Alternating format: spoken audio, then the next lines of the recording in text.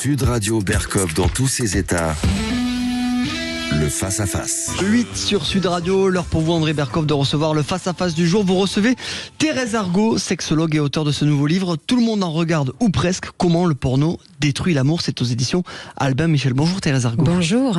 Alors Thérèse Argot, est-ce que ce que vous venez d'entendre et que tout le monde connaît bien sûr, Je t'aime moi non plus avec Gainsbourg et Birkin, est-ce que c'est de la pornographie? Ah non, pas du tout. Pour moi, c'est de l'érotisme. Et voilà la différence que je fais entre la pornographie et l'érotisme.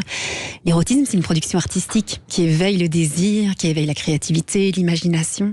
La pornographie, c'est une industrie qui cherche à faire du profit en fabriquant des images qui mettent en scène des fantasmes sexuels pour provoquer instantanément chez celui ou celle qui la regarde une excitation sexuelle en vue de la masturbation. Donc quand on écoute cette musique-là, on a très envie de faire l'amour, en tout cas moi oui.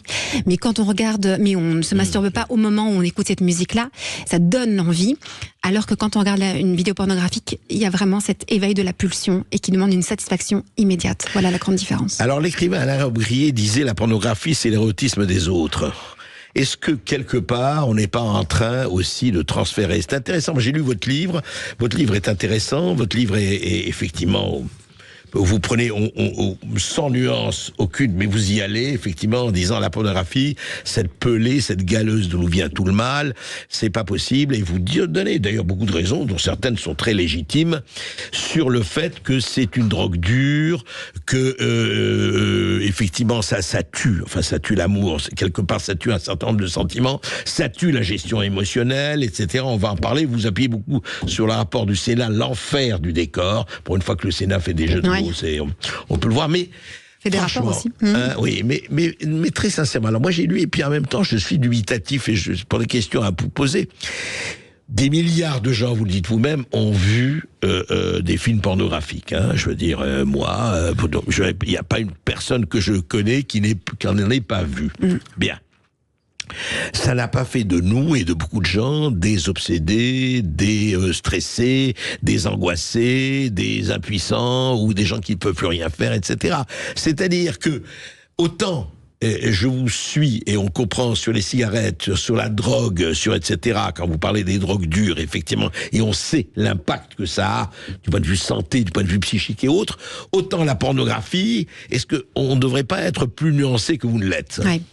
En fait, ce qui est très important de comprendre pour tous les auditeurs là qui sont à notre écoute aujourd'hui, c'est que quand on parle de pornographie, il faut comprendre que c'est une industrie qui a énormément évolué ces dernières années avec Internet. C'est-à-dire que aujourd'hui, ce n'est plus la pornographie des années 70, il y a 50 ans, etc. Mais moi, de mon point de vue, quand je vois des images pornographiques des années 70, je trouve ça de l'érotisme très mignon, très gentil, très joli. Quand je parle de pornographie aujourd'hui, on ne parle plus du tout de la même réalité. Et donc ça, c'est important de le comprendre. Il y a quelque chose qui a évolué et qui a changé. Alors, c'est vrai que ce qu'on appelait pornographique à l'époque ne rejoint plus que nos enfants regardent massivement. C'est-à-dire que quand on parle de l'exposition des mineurs à la pornographie, on ne pense pas du tout au film gentil, mignon du samedi soir sur Canal+.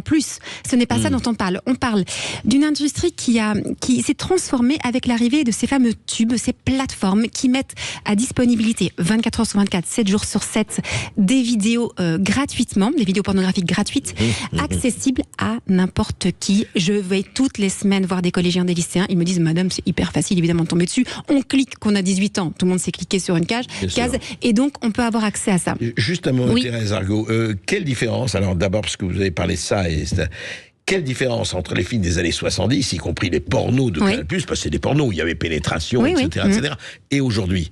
Sur le fond, enfin, sur le contenu, quelle différence? Alors, vraiment, la question de la gratuité, elle est importante parce que la différence majeure, c'est que le contenu qui est produit aujourd'hui a pour objectif de rendre dépendant le consommateur. Puisque quand on était en train de regarder les films sur Canal+, à l'époque, il fallait s'abonner, c'est-à-dire qu'il fallait payer, et c'était à un certain moment donné de la semaine qu'on avait accès à cette vidéo. Soir, là, Et donc, la production était faite pour accorder un moment de plaisir aux personnes qui voulaient regarder.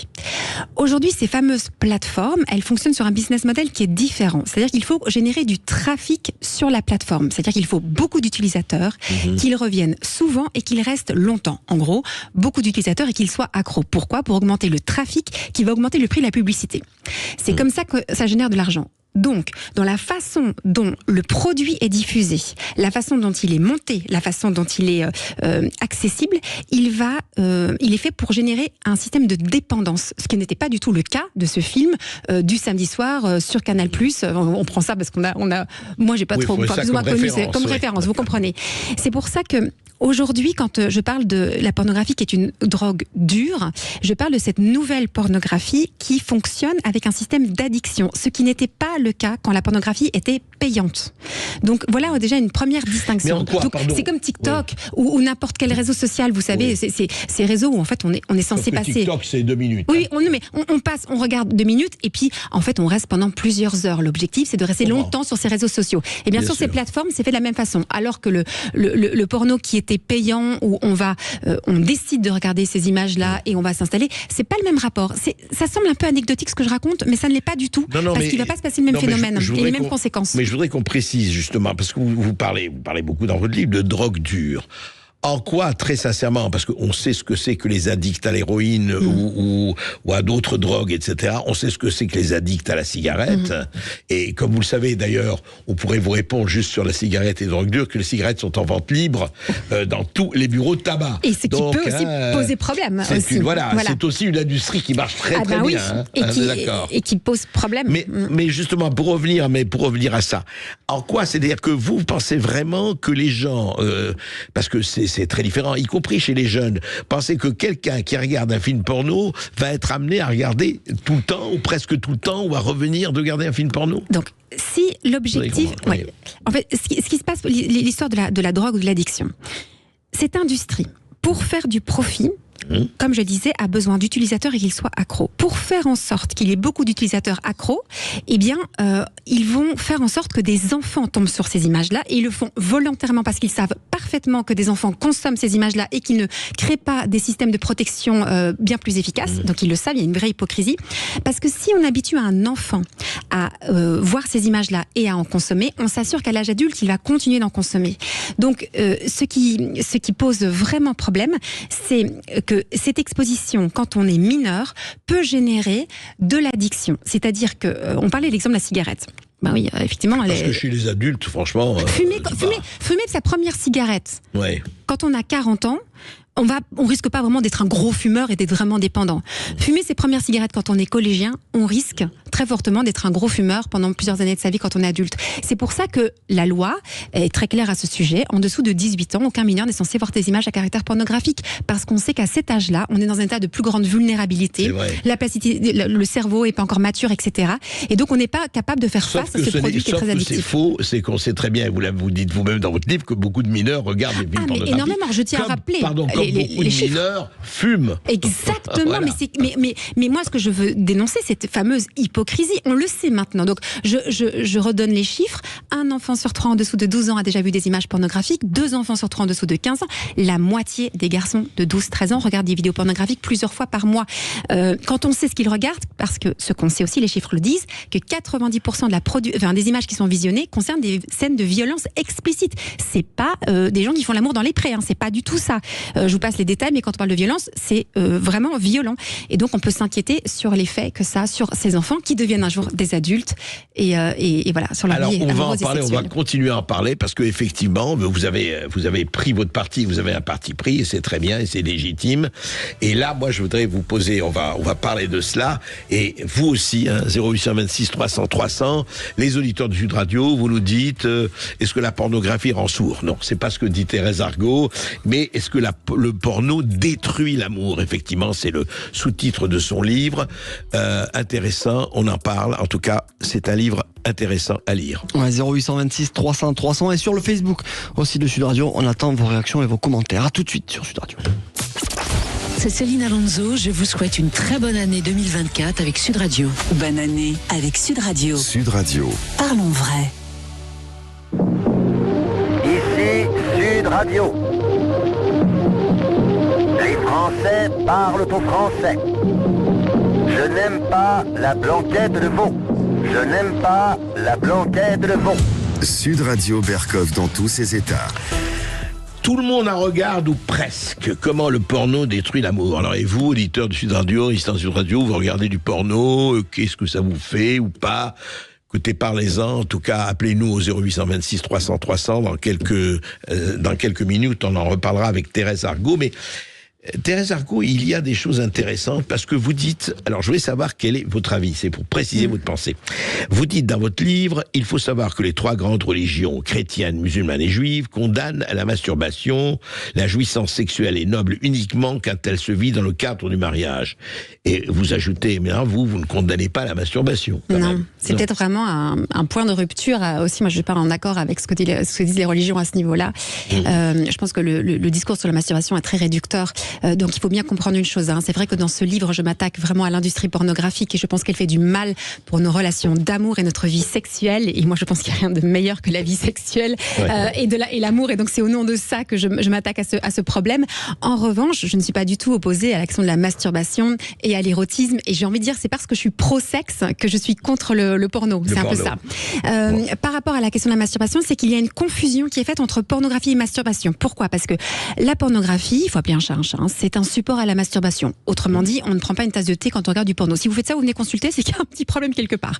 Donc, c'est fait pour se masturber. Alors qu'on peut très bien avoir recours à la masturbation sans regarder de la pornographie. Beaucoup ont appris à associer masturbation et pornographie parce que ça a commencé quand ils étaient collégiens, lycéens, et qu'ils ont pris cette habitude-là. Moi, je vous propose de dissocier les deux. Ça n'a rien à voir.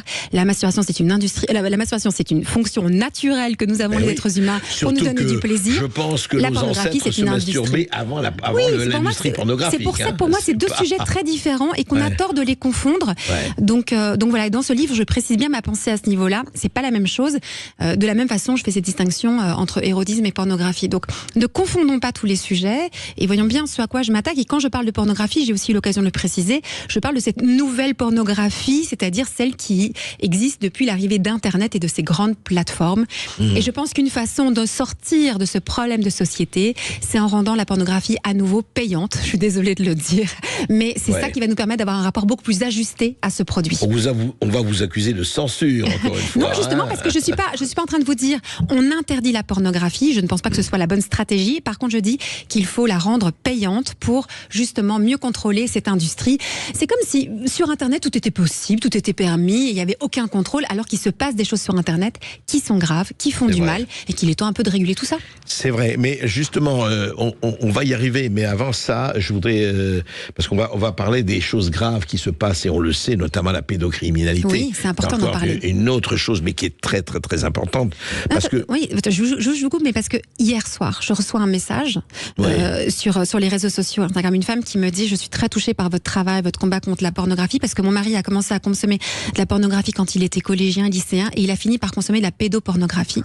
Et un jour, les flics sont arrivés chez lui et il a fait 6 mois d'incarcération.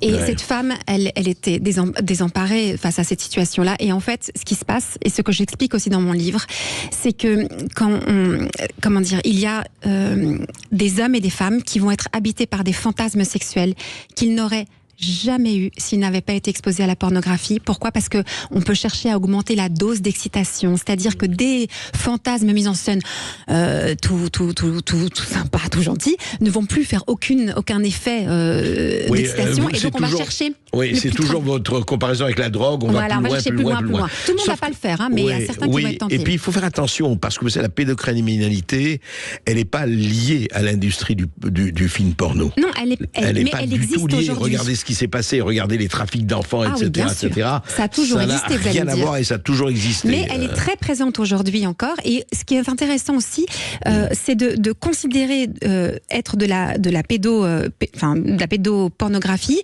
et donc de la pédocriminalité, tout contenu qui va mettre en scène des personnes, même peu importe leur âge, mais qui va les faire passer pour des collégiennes, pour des petites lycéennes ou pour des enfants. C'est-à-dire parfois il y a des femmes adultes qui font comme si elles étaient collégiennes. Mais ça, la loi honnêtement est très très forte et punit ça. Je dis qu'il y a ça. Et donc elle punit, mais par contre ça existe encore, et donc il y a quand même, il faut passer quand même à la vitesse supérieure en termes de régulation. Alors justement, on va en parler. Mais alors là sur le fond, on va parler du plaisir sexuel.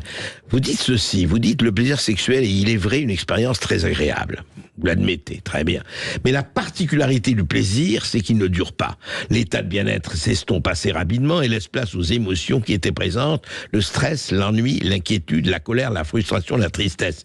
Thérèse Argot, enfin, le plaisir, oh, c'est très très bien, on l'a et on attend de la revoir. Pourquoi voulez-vous que forcément, là vraiment, vous m'avez vous dites, oui, on a eu le plaisir sexuel, mais ensuite arrive le stress, l'ennui, l'inquiétude, la colère, la frustration, la tristesse. Non, j'expliquais dans la spirale de la consommation de pornographie. Je m'explique. Non, mais là, vous ne parlez pas de consommation pornographique dans ce paragraphe. Là, en fait, ce que j'explique, c'est que qu'est-ce qui va générer de l'addiction ou pas? Parce qu'on parlait de ce produit, et moi je défends le fait que c'est un produit addictif. Oui. Tout va dépendre de l'état émotionnel dans lequel on va consommer ce produit. Mais vous savez, c'est la même chose avec n'importe quel produit addictif. Je veux dire, on peut fumer très bien un joint et pas tomber dans la dépendance. Si je suis bien dans mes baskets et bien dans ma peau, je peux le fumer et je ne vais pas être dépendant. Il faut quand même dire les choses. Sauf que si maintenant, je suis justement en train de traverser un mal-être, je vais pas bien, j'ai de la colère, j'ai de la tristesse, j'ai de la frustration, du stress, peu importe, et que je fume ce joint et je me rends compte que ça me rend bien à ce moment-là, je peux avoir envie de recommencer pour évacuer cette émotion désagréable. Et c'est le même phénomène qui peut se passer avec la pornographie. C'est-à-dire que si je suis dans un état émotionnel qui est déséquilibré, qui n'est, voilà, je suis pas bien, comme le sont souvent les collégiens ou les lycéens, ce qui est tout à fait normal à cet âge-là. Il y a vraiment aucun jugement sur leur personne, mais c'est des périodes où on est plus fragile. Si je fais l'expérience qu'en consommant ce produit, je me sens dans un état super agréable. Mais tout ça est positif sur le moment, mais ça ne va pas résoudre la cause de mon stress, de mon angoisse, de ma colère, de ma tristesse. Et donc, finalement, je vais vouloir reconsommer à nouveau ces images pour me sentir de nouveau bien. Mais ça ne résout pas le problème. En gros, ce que je dis, c'est que c'est un mauvais moyen pour répondre à un vrai besoin, celui d'être bien, d'être bien dans sa peau et dans sa vie. Mais vous ne dites pas que le plaisir sexuel en tant que tel le plaisir sexuel, c'est nécessaire à la vie. Non, c'est pas ça que je disais. Parce que justement, je pense, et attendez, je suis quand même sexologue et donc je défends justement le plaisir sexuel et j'apprends aux gens à avoir du plaisir sexuel. C'est ce que quand même je fais toute la journée. Donc je suis hyper pro plaisir sexuel. Mais alors justement, si vous leur dites juste un mot, vous leur dites justement, vous êtes sexothérapeute, vous êtes sexologue, est-ce que vous leur dites surtout jamais ne regarder de films porno, surtout arrêtez si vous regardez des films porno, très franchement? Ouais, moi je dis arrêtez la consommation de films pornographiques et voyez ce qui se passe dans votre vie. Là, je viens de rencontrer un jeune homme, 27 ans, qui me dit mais je vois votre combat sur la question de la pornographie. Il me dit c'est fou parce que j'ai arrêté de regarder du porno, ma vie a changé. Ma vie a changé dans mes relations, etc. Ça a changé. Donc, ce que je dis vraiment, c'est arrêter de regarder ces images pornographiques. Ça ne veut pas dire arrêter d'avoir du plaisir, bien au contraire. Ça ne veut pas dire arrêter d'avoir des relations sexuelles. Ça ne veut pas non plus dire arrêter de fantasmer, de créer, de développer votre érotisme. Tout ça est nécessaire à la vie. Mais ces images-là, à mon avis, il n'y a rien de bon dans le porno. C'est comme, je dirais, arrêter de fumer. Ouais, moi je suis. Oui. Non, mais je crois que vous éludez le côté divertissement de cela, mais on va en reparler. Il y a un côté divertissement. c'est intéressant. Je comprends ce que vous voulez dire. On va en reparler tout de suite après cette. On en reparle avec Thérèse Argot et avec vous au 0826 300. Emmanuel vous attend au standard. À tout de suite sur Sud Radio. Sud Radio Berkov dans tous ses états. Appelez maintenant pour réagir 0826 300. Viens. Ici Sud Radio. Les Français parlent au français. Les carottes sont cuites. Les carottes sont cuites. Sud Radio Berkov dans tous ses états. Alors toujours pour jouer l'avocat non pas du diable mais du dieu sexe ou autre, Thérèse Argot, deux choses d'abord. Oui, pour finir avec le plaisir sexuel. Vous en êtes bien expliqué, mais vous dites la solution n'est pas le plaisir sexuel obtenu seul ou à deux. La solution, c'est la gestion émotionnelle. Que voulez-vous dire par là ? Pour ne pas tomber dans un rapport compulsif à la sexualité. C'est exactement comme par rapport à la nourriture. Parfois, on n'a pas faim, on est juste triste parce qu'on vient de se faire larguer par son petit copain. On se rue sur un pot de Nutella, on va prendre tout le Nutella. Non seulement ça va pas nous faire revenir nos petits copains, mais en plus on va avoir 10 kilos de plus, on va perdre encore confiance en soi pour rencontrer quelqu'un d'autre. C'est-à-dire que c'est pas le Nutella qui est mauvais en soi, c'est le fait que, en fait, ça vient répondre à un problème émotionnel. Et donc j'ai un rapport compulsif à la nourriture. De la même façon, on peut observer, et ça on observe en tant que sexologue, que beaucoup de nos contemporains peuvent avoir un rapport compulsif au sexe. C'est-à-dire que ils ont des émotions désagréables qui les encombrent là, et puis ils se disent au travers du plaisir sexuel, ils vont sortir un soulagement, une détente. Mais ça ne va pas résoudre les choses. C'est ça que je veux dire. Oui, donc la gestion émotionnelle, c'est de dire je suis triste, je pleure, je suis en colère. Vous êtes catholique, enfin. Non, je viens d'une famille très catholique, mais j'ai plus la foi depuis mes 15 ans. D'accord. Non, j'ai plus les lunettes, ce qui me permet permettre de voir Dieu. Je les vois, non, parce que si vous voulez, moi je vois, et encore une fois, deux choses. Moi, sur le porno, ce qui m'embête vraiment, je le dis, c'est tellement médiocre, souvent et laminable, c'est mal filmé, c'est mal fait, ça n'a aucun intérêt. C'est le pizzaiolo qui arrive, et c'est tellement, je veux dire, qui arrive pour arranger le truc, et la femme est là, tout offerte, mes chéris, vous crevez de rire, quoi. Enfin, c'est même, je veux dire, c'est tellement médiocre. Mais justement, ça nous amène à deux choses. D'abord, effectivement, et là je vous rejoins, c'est que des gens pensent peut-être, s'il était à 14-15 ans, que les filles sont consentantes, comme on voit, mais je crois que c'est pas seulement le porno qui fait ça, c'est aussi une certaine culture. Mais c'est un autre problème. Mais la chose la plus grave, c'est que pourquoi des gens n'auraient pas, effectivement, ils sont ce qu'ils sont, n'auraient pas, eux, sont des... je dirais, non pas des... Je parle pas encore une fois, ni des pédocriminels, tout ça, enfermés, tout ça. Mais pourquoi il n'y aurait pas des hommes et des femmes qui sont érotomanes, qui aiment le plaisir sexuel, qui se sentent bien dans le plaisir sexuel, à condition que ça soit évidemment consentant, et évidemment bien ils sont bien dans leur peau. Bon, ben c'est leur truc. Oui, pourquoi, comme ils pourraient être collectionneurs ou autres. Vous voyez, non, mais le problème, effectivement, n'est pas là. C'est pour ça que je pense qu'une des solutions qu'on peut tout de suite appliquer, c'est de rendre le porno payant pour réguler cette industrie et d'avoir un rapport qui soit différent à ces images pornographiques. C'est-à-dire que si pour moi, je veux voir ces images-là, eh bien, je sais où je peux aller les voir et je paye pour ça. Le fait aussi de rendre le porno payant, on va quand même résoudre un problème majeur, c'est tout ce qui se passe de gravissime au sein de l'industrie, c'est-à-dire la maltraitance d'acteurs, d'actrices, on le sait aujourd'hui, parce qu'il y a une course à la production d'images de plus en plus folle. Et donc, pour protéger aussi les acteurs et les actrices et pour s'assurer que les choses se passent dans des conditions, on va dire, meilleures, eh bien, rendre le porno payant permettrait davantage d'avoir un contrôle sur ce produit. Qui est mieux payé, peut-être, et autrement. Voilà. Donc je pense que là, il y a quand même une piste qui peut exister, enfin, qui existe et qui peut être appliquée tout de suite. Je veux dire, ça peut être appliqué cette année. On ne doit pas attendre encore un Xème rapport du gouvernement pour nous dire que peut-être ce serait une solution. On peut mettre ça en place facilement. Hein. Donc ça demande juste une volonté politique. On verra ce que pensent les princes qui nous gouvernent, mais vu les scandales, je ne parle pas de la France seulement, mais un peu partout, on n'est pas sorti de l'auberge. Mais non, et pourtant... Vous savez, relisez la vie des 12 Césars de Suétone il y a 3000 ans, vous verrez qu'il n'y avait pas les plateformes, il n'y avait pas les pornos, il n'y avait pas Internet, mais c'était déjà très On va revenir à tout ça. C'est ça qui va être génial, on va ressortir. Alors nos auditeurs, ils sont là. On a Frédéric qui nous appelle depuis Angers. Salut Frédéric. Oui, bonjour. Bonjour Frédéric. Bonjour. Et bonne année. Bonne année, merci à vous également. Alors moi j'appelle par rapport à deux points. Tout d'abord, le premier, c'est que j'ai le sentiment que souvent dans ces débats-là, on a tendance à mettre de côté un petit peu la place de l'éducation des parents et de faire parfois des phénomènes marginaux une forme de généralité. Elle évoque une pulsion, la pulsion d'assouvir un besoin immédiat, qui est souvent la masturbation. Pour beaucoup de personnes, une fois la jouissance passée, l'envie s'estompe et quand on est à deux, on se câline, quand on est seul, on éteint l'écran tout simplement, quoi. Alors certes, il y a des exceptions, mais selon moi, c'est de l'ordre de l'exception. Enfin, il y a des exceptions, mais ça reste de l'ordre de l'exception, quoi, par rapport à ça. Ces pulsions, donc le risque d'addiction par rapport à ça, j'ai du mal un petit peu à le rendre aussi important qu'elle peut l'évoquer. Que Thérèse Argot le répète, le dit, oui. Par rapport le second point, allez-y. Le second point, c'est il y a un documentaire sur Netflix qui donne la parole aux actrices de cette plateforme. Et elles mettent en avant le fait qu'elles contrôlent mieux leur image grâce à cette plateforme-là. Et qu'elles ont plus le contrôle de leur image, de leur corps, et sont moins dépendantes d'un tiers qui peut verser dans l'abus. Et ensuite, il y a un moment où vous avez évoqué l'inspiration de certaines pratiques qui peuvent être discutables, tendancieuses ou je sais pas quoi. Moi, je me dis, du moment que ça reste dans le consentement de chacun, pourquoi pas? Oui, il y a beaucoup de choses que vous partagez. Hein. Oui. D'abord, par rapport à l'éducation des enfants. Alors moi, je fais ça donc depuis toujours, hein, donc depuis presque 20 ans maintenant. Vous êtes maman je vis. Et puis oui, mais avant d'être maman, je commençais à intervenir en milieu scolaire, à faire de l'éducation affective, relationnelle et sexuelle. C'est comme ça d'ailleurs que je me suis rendu compte que la pornographie est un vrai sujet chez les collégiens, chez les lycéens.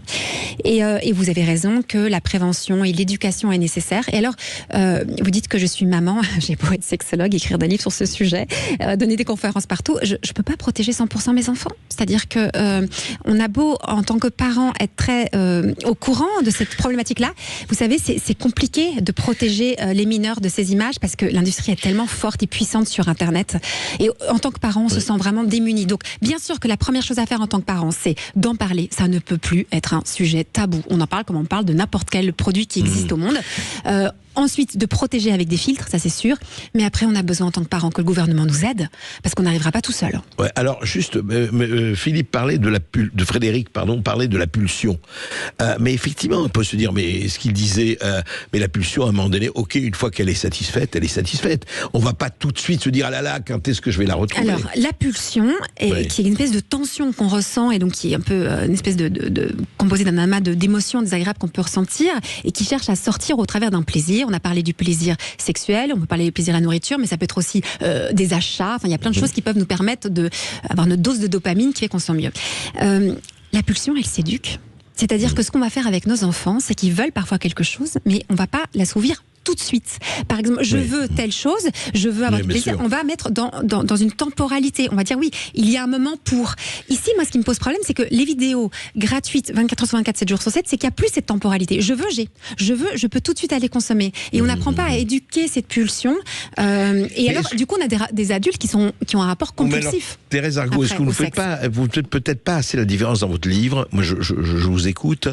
Et entre ce qui se passe pour les jeunes adultes, adolescents et enfants, et les adultes. Je parle entre ceux qui ont quand même raison, pas parce que les adultes sont plus raisonnables, mais je pense que c'est quand même deux populations différentes, et vous le savez, puisque vous êtes sexothérapeute, et avec des envies et des contrôles et des mécanismes de contrôle très différents. Vous avez raison, mais je pense que la différence, si je choque personne, mais la différence, elle n'est pas adulte-enfant, et la génération qui a grandi avec Internet et celle qui n'a pas grandi avec Internet. Pour moi, elle est là la différence. Parce qu'aujourd'hui, les 18-30 ans consomment massivement de la pornographie, plus de 80%, mais ce sont en fait des jeunes adultes, parce qu'ils sont quand même adultes, mais qui ont grandi avec le porno. Alors, le porno sur Internet, qui n'est pas la même chose que des livres érotiques, etc. Donc moi, je ferai une différence par rapport à l'accessibilité de ces images-là, et donc cette transformation qu'il y a eu dans les années 2000 de l'industrie pornographique.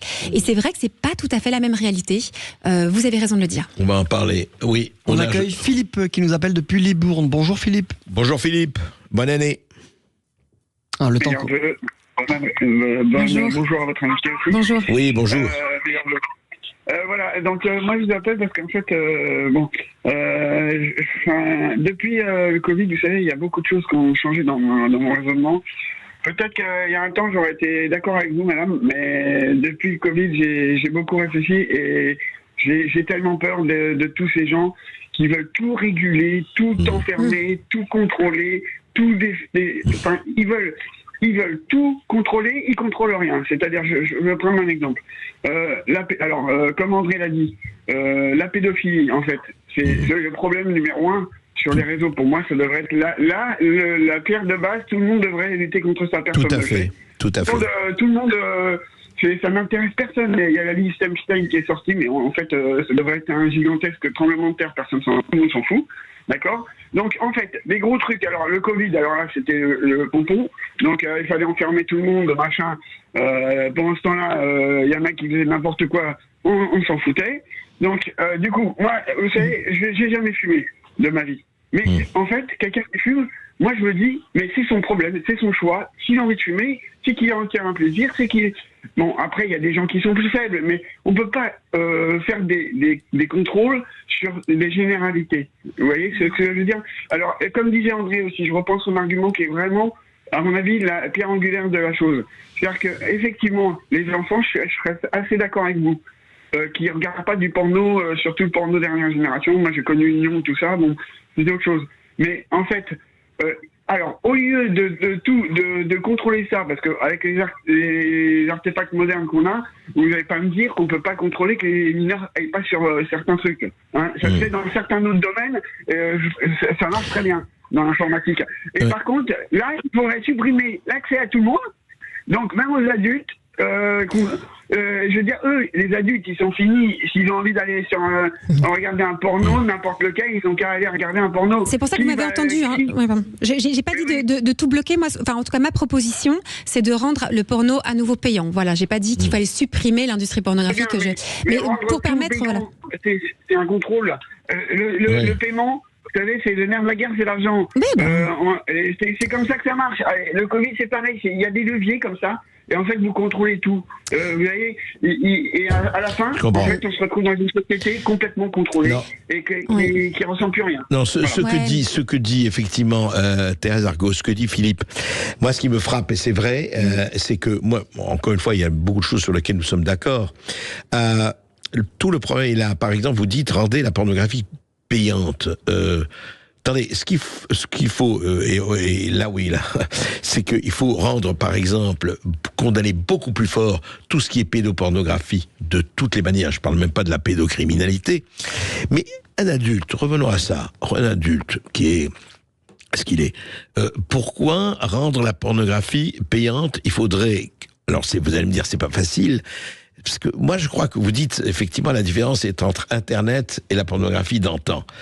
Le problème, c'est que, ou alors à ce moment-là, il faut effectivement censurer, parce que sinon, moi, c'est très gênant cette espèce de, comment dirais, de discrimination par l'argent, même si c'est pas beaucoup d'argent. Je comprends ce que vous voulez dire. Oui, discrimination par l'argent. Oui, parce qu'il y a une discrimination par l'argent. Il y a des gens qui pourraient pas se permettre. Qui a des moyens, lui, il va se regarder ses pornos autant qu'il veut, mais il en fait parce qu'il a les moyens, il gagne de l'argent. L'autre qui n'en a pas, toi, mon vieux, tu es un gueux, t'es interdit de porno. C'est ça, Thérèse Argot. Ah ouais, non, c'est intéressant votre raisonnement. Je comprends ce que vous voulez dire, mais on a quand même... l'idée, c'est pourquoi rendre le produit payant? Parce que derrière, il y a des hommes et des femmes qui travaillent, et c'est comme on parle de travailleurs du sexe, donc ils ont besoin d'être rémunérés aussi. Donc le système, donc le système par la publicité, comment dire, le problème c'est ces plateformes qui, je vous dis, fonctionnent sur ce système de gratuité. On peut se dire c'est génial parce que ça a démocratisé le porno. Aujourd'hui c'est vrai, hein, on est en France, le porno c'est pour tout le monde. On est tous égaux devant le porno, hein, ça je le dis tout le temps. Là-dessus on a réussi à démocratiser l'accès à la pornographie. Mais est-ce que c'est pour notre bien et est-ce que ça nous libère? Et c'est pour ça que c'est intéressant parce que vous revenez sur un argument auquel je suis extrêmement sensible, c'est celui de la liberté. Et moi ce que je défends dans ce livre et au travers de mon travail, c'est que cette pornographie ne nous permet pas d'être libres, elle nous met sous emprise et elle exerce un contrôle sur notre sexualité. Si vous voulez avoir une vie sexuelle libre, il faut sortir de cette emprise-là. Pourquoi il y a une emprise? C'est qu'elle met des idées dans la tête, elle formate notre imaginaire, elle nous conditionne dans notre façon de vivre la sexualité. Pour moi, ce n'est pas du tout le symbole d'une liberté sexuelle et d'une liberté en tant que telle. Et c'est pour ça que moi, je m'alarme contre la pornographie. On doit arrêter d'associer ce produit à la liberté. Pour moi, ce sont deux choses différentes. Oui, d'ailleurs, c'est tout le problème qui est posé. On va faire une interruption, mais avant ça, le problème qui est posé, c'est évidemment le problème de la liberté, parce que vous savez très bien qu'il y a aussi par exemple, des viols, des tabassages qui se commettent, non pas au nom de la pornographie, parce que c'est genre de film, au nom d'une culture. Vous avez des cultures, je dis bien, qui méprisent les femmes, par exemple, pour ne prendre que cet exemple, qui considèrent les femmes comme de la viande, et qui considèrent qu'il y a d'un côté les mamans et d'un autre côté les putains, hein, vieille discrimination dont je ne nommerai pas, religieuse d'ailleurs. On voit encore beaucoup dans notre société française aussi, hein, cette distinction entre d'un côté il y aurait la mère et de l'autre côté la putain, et ce regard. Et donc ça dépasse loin la pornographie, mais le vrai problème qui est posé, c'est vrai, c'est le problème de la liberté et le problème de comment réguler. Et je crois qu'il est là, on s'en reparle tout de suite après cette pause et on continue à recevoir des auditeurs. En tout cas, c'est très intéressant. Sud Radio Berkov dans tous ses états, midi 14h. André Berkov. Cerise. Ici Sud Radio. Les Français parlent au français. Je n'aime pas la blanquette de veau. Je n'aime pas la blanquette de veau. Sud Radio Berkov dans tous ses états. 13h50 sur Sud Radio. Nous sommes toujours avec Thérèse Argot, sexologue, qui vient nous voir pour son livre Tout le monde en parle, tout le monde en regarde ou presque. Comment le porno détruit l'amour. C'est aux éditions Albin Michel. Et on a des questions sur nos réseaux sociaux. Alors je vais synthétiser, on a 2 questions en une. Thérèse Argot, qu'est-ce que vous pensez des vidéos amateurs postées sur les sites gratuits, donc pas de l'industrie professionnelle? Et deuxième question, des plateformes de type OnlyFans ou Mime payante, où c'est des jeunes filles qui monétisent leur corps via des écrans. Bonne question. Oui, mais il y a eu un très grand scandale aux États-Unis sur une grosse plateforme dont je ne citerai pas le nom, mais une des plus grosses. On s'est rendu compte que ces vidéos postées ne respectaient pas toutes le consentement des personnes qui étaient mises en scène dans ces vidéos. Et donc, cette grosse plateforme a dû retirer un pourcentage très important de ces vidéos. Et donc, morale de l'histoire, en fait, on ne contrôle pas. On ne sait pas qui poste ça. On ne sait pas dans quelles conditions a été tournée la vidéo. On ne sait pas si tout le monde est d'accord avec le fait que cette vidéo soit en ligne. Mais il y a des adolescents qui monétisent. Voilà. Et alors, donc ça, c'est une première chose. Les adolescents qui monétisent, ça, c'est aussi un vrai sujet. À partir du moment où tu es collégien, tu es tout petit, tu apprends que la sexualité, finalement... c'est un objet de consommation comme un autre, parce que finalement, on peut monétiser tout ça. Tu peux, quand t'es biberonné au porno depuis que t'es enfant, collégien, lycéen, tu dis, et pourquoi pas gagner un peu d'argent en faisant ça? Et donc, on voit aussi que c'est devenu ultra accessible à n'importe qui de produire soi-même du contenu pornographique. Et de nouveau, dans quelles conditions, dans quel contexte? Ça, on ne peut pas le protéger. Thérèse Argot aussi, ce sont des adultes consentants qui décident de faire leur cinéma avec les copains, etc., et qui décident de le rendre public. Après tout, c'est leur droit. C'est intéressant parce que finalement, on en revient à cette question du consentement. On veut s'assurer que ce produit soit quand même fait dans des conditions qui respectent l'intégrité de la personne humaine. Et donc, le consentement. Alors, le consentement, c'est un sujet qui est essentiel, mais qui est extrêmement complexe, parce qu'on sait qu'il peut y avoir des pressions financières, économiques, sociales, etc., affectives, qui peuvent entraver notre consentement. Donc, on peut pas tout réduire à une sorte de consentement. Par contre, ce qui se passe actuellement, et je suis souvent en dialogue avec une personne que j'aime beaucoup, qui agit souvent sur le pseudo de Lisa Del Sierra, Émilie Delaunay, qui est productrice aujourd'hui de films pornographiques et ex-actrice, et qui, par exemple, plaide pour changer dans l'industrie de pornographique les conditions dans lesquelles sont tournées ces vidéos, avec ces fameuses coordinateurs d'intimité. C'est-à-dire qu'il y a des personnes qui sont présentes pour être sûres que le consentement est bien posé. Donc, ce sont des belles initiatives dans un sens, parce qu'on sent qu'on veut vraiment respecter les uns les autres, mais moi je dois dire... Coordinateur d'intimité, ça va être comme ça, oui, c'est vraiment bientôt, le nom. Ce sera Sentivity. Voilà. Mais bon, moi j'y crois moyennement, parce que je pense qu'en soi ça pose problème, mais c'est quand même intéressant, et on voit qu'on a besoin de s'assurer que ce qu'on regarde est fait dans des conditions qui soient respectueuses, parce que si ça ne l'est pas, en fait c'est grave. C'est-à-dire que le consommateur devient d'une certaine façon responsable aussi, parce qu'en tant que client d'un produit qui est fait dans des mauvaises conditions, oui, j'ai ma part de responsabilité. Non, ce que vous posez, c'est un grave problème, parce que on connaît beaucoup dans l'industrie du porno des gens qui en ont vécu, qui en ont bien vécu, et qui en sortent pas du tout. Alors, il y a effectivement toujours, comme partout, vous savez, comme dans l'industrie de la chaussure ou de la grande distribution, vous avez les esclaves et les serfs et les gens bien et les gens qui s'en sortent. Mais je voudrais vous poser une question, parce qu'on arrive... sur votre exercice de thérapeute. Est-ce que vous hors antenne, m'avez dit... il y a des gens et des jeunes que je vois qui finissent par préférer la femme idéale qu'ils voient dans le film porno ou dans les feux à la fille ou la femme qu'ils peuvent rencontrer dans la vie. Oui, parce que pourquoi j'ai écrit ce livre? Parce que moi, mon cabinet, il est plein à craquer d'hommes et de femmes qui ont des problèmes dans leur vie sexuelle, dans leur vie relationnelle, dans leur vie amoureuse, dus à la pornographie. Une des réalités que je peux constater, ce sont des jeunes gens entre 18 et 30 ans qui regardent du porno depuis qu'ils sont enfants, 10 ans, 11 ans, et qui sont habitués à ressentir de l'excitation sexuelle sur un certain type de corps. On sait tous quand même un peu trafiqué, mise en scène, ou avec des filtres, etc. Et ils ne ressentent plus d'attraction sexuelle pour des vraies femmes de la vraie vie ou des vrais hommes de la vraie vie.